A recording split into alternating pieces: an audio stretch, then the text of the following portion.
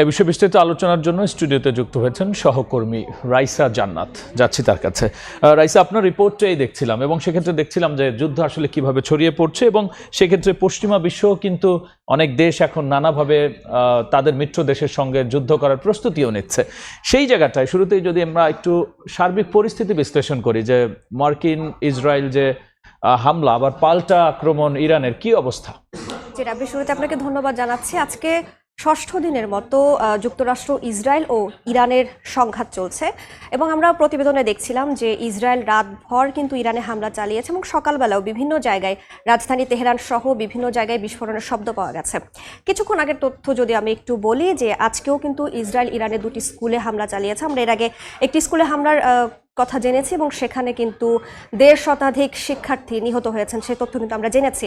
তো আজকেও দুটি স্কুলে হামলা চালিয়েছে এবং এই যে লাগাতার যে হামলা চালানো হচ্ছে, তেহরান যেটি দাবি করছে যে ইসরায়েল এবং যুক্তরাষ্ট্রের এই যৌথ হামলায় এখন পর্যন্ত তাদের যে বিভিন্ন ধরনের বিদ্যুৎ এবং পানির অবকাঠামো আছে সেগুলো কিন্তু ক্ষতিগ্রস্ত হয়েছে এবং সরবরাহ কিন্তু বাধাগ্রস্ত হচ্ছে। এবং ইরানের অভ্যন্তরীণ যে চিত্র আমরা যদি বলি, এখন পর্যন্ত কিন্তু 1200 জনের বেশি নিহতের খবর আমরা পেয়েছি। ইরানও কিন্তু পাল্টা হামলা চালাচ্ছে, তারাও কিন্তু থেমে নেই। সেটি যদি আমরা একটু দেখতে চাই, ইরান কিন্তু আজকে মার্কিন একটি তেলের ট্যাঙ্কারে হামলা চালিয়েছে রাব্বি। যদিও এটি আসলে আইআরজিসির দাবি করেছে মার্কিন তেল ট্যাঙ্কারে ইরানের হামলা চালানোর বিষয়টি, কিন্তু এখন পর্যন্ত আমরা বিস্তারিত আসলে কিছু তথ্য জানতে পারিনি। যদি আমরা জানতে পারি সেটা অবশ্যই আমরা দর্শকদের জানাবো। এছাড়া 3 দেশের 20টি মার্কিন সামরিক স্থাপনায় ইরান হামলা চালিয়েছে। রাব্বি, মার্কিন মধ্যপ্রাচ্যে আপনি জানেন যে মার্কিন ঘাঁটি রয়েছে বিভিন্ন দেশে, সেই ঘাঁটিগুলো লক্ষ্য করে কিন্তু তেহরান হামলা চালাচ্ছে। এবং সেক্ষেত্রে যদি আমরা একটু বলি যে যেহেতু বিভিন্ন দেশে হামলা চালাচ্ছে, সেক্ষেত্রে মধ্যপ্রাচ্যের যে দেশগুলো তাদের প্রতিক্রিয়া কি আসলে? আপনি যদি আমি একটু বলি রাব্বি, পশ্চিমাদের সহযোগিতা, এই প্রসঙ্গ আমি টেনে ধরেই বলছি। আপনি জানেন আমরা যে যুদ্ধটা দেখতে পাচ্ছি, দেখা যাচ্ছে ইরান একদিকে একা যুদ্ধ করছে এবং অন্যদিকে যে যুক্তরাষ্ট্র, ইসরায়েল এবং তার যে পশ্চিমা মিত্র তারাও কিন্তু নানাভাবে সহযোগিতা করছে। তো সেই জায়গা থেকে ইরান কিন্তু একা যে বিভিন্ন দেশে, বাহরাইন, কুয়েত, ইরাকে সহ আরও যে দেশে ঘাঁটিগুলো রয়েছে, সেই ঘাঁটিগুলোতে কিন্তু মার্কিন যে স্থাপনা রয়েছে সেগুলোকে লক্ষ্য করে হামলা চালাচ্ছে এবং একই সঙ্গে ইসরায়েলেও কিন্তু হামলা অব্যাহত রেখেছে। আমরা আরেকটি বিষয় যদি একটু দেখতে চাই, যে পশ্চিমাদের সহযোগিতার বিষয়টি আমরা বলছিলাম, তারা কিন্তু অস্ট্রেলিয়ার কথা যদি আমরা বলি, অস্ট্রেলিয়া কিন্তু সামরিক সরঞ্জাম সহায়তা পাঠানোর কথা জানিয়েছে মধ্যপ্রাচ্যে, অর্থাৎ তাদের যুক্তরাষ্ট্র যে তাদের মিত্র দেশ, সেই মিত্রকে সহযোগিতা এবং তাদের যে নাগরিক রয়েছে মধ্যপ্রাচ্যে তাদের নিরাপত্তা নিশ্চিতে কিন্তু এই ঘোষণাটি অস্ট্রেলিয়া দিয়েছে। এবং কানাডাও কিন্তু যুদ্ধে যে একেবারেই অংশগ্রহণ করবে না সেই কথা বলা যায় না, এরকম একটি মন্তব্য তারা করেছে। এবং মধ্যপ্রাচ্যের মিত্রদের সাহায্যের প্রস্তাব জেলেনস্কির। আপনি রাব্বি, রাশিয়া এবং ইউক্রেন যুদ্ধ চলছে আপনি জানেন। সেক্ষেত্রে রাইসা, আমি যেটা জানতে চেয়েছিলাম যে পশ্চিমাদের মিত্র দেশের কথা তো শুনলাম, সেক্ষেত্রে মধ্যপ্রাচ্যে যে দেশগুলোতে মার্কিন ঘাঁটি যদিও সেখানে আক্রমণ হচ্ছে, তাহলে সেই দেশগুলোর প্রতিক্রিয়া কি আসলে? দেখেন রাব্বি, এখন পর্যন্ত কিন্তু আমরা সেই ধরনের কোনো প্রতিক্রিয়া, মানে ইরানের পক্ষে যদি প্রতিক্রিয়ার কথা বলি সেটি কিন্তু আমরা এখন পর্যন্ত দেখিনি।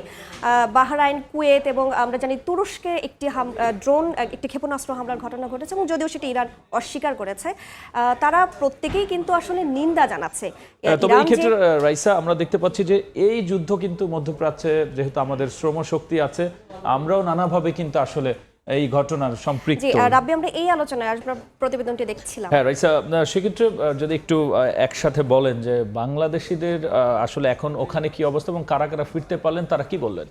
আচ্ছা রাব্বি, মধ্যপ্রাচ্যে আমাদের কিন্তু অনেক বাংলাদেশি কাজ করেন সেখানে এবং আমরা দেখলাম যে এরই মধ্যে অনেকেই কিন্তু দেশে ফিরেছেন এবং তাদের যে যুদ্ধের ভয়াবহ অভিজ্ঞতা তারা সেটা বলেছেন।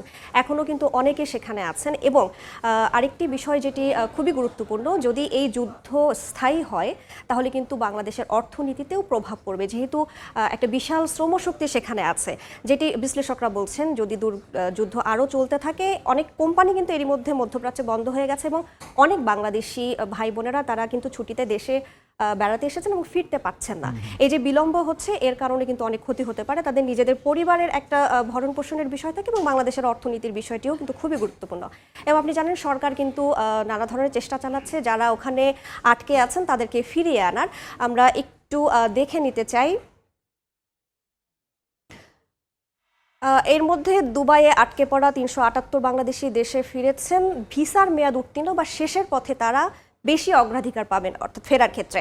এবং মধ্যপ্রাচ্য থেকে ফিরিয়ে নেওয়া হচ্ছে শত শত ইউরোপীয় নাগরিককেও।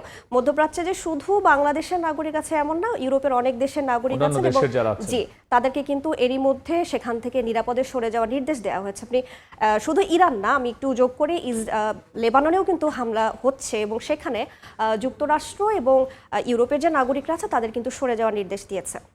রাইসা, অসংখ্য ধন্যবাদ আলোচনায় যুক্ত হওয়ার জন্য। আপনাকেও ধন্যবাদ। ইরানে মার্কিন ইসরায়েলের হামলা এবং একই সাথে সার্বিক পরিস্থিতি এবং মিত্র দেশগুলোর অবস্থান এবং বাংলাদেশের শ্রমশক্তির যে সার্বিক পরিস্থিতি, সে বিষয়গুলো নিয়ে আলোচনার জন্য স্টুডিওতে যুক্ত হয়েছিলেন সহকর্মী রাইসা জান্নাত।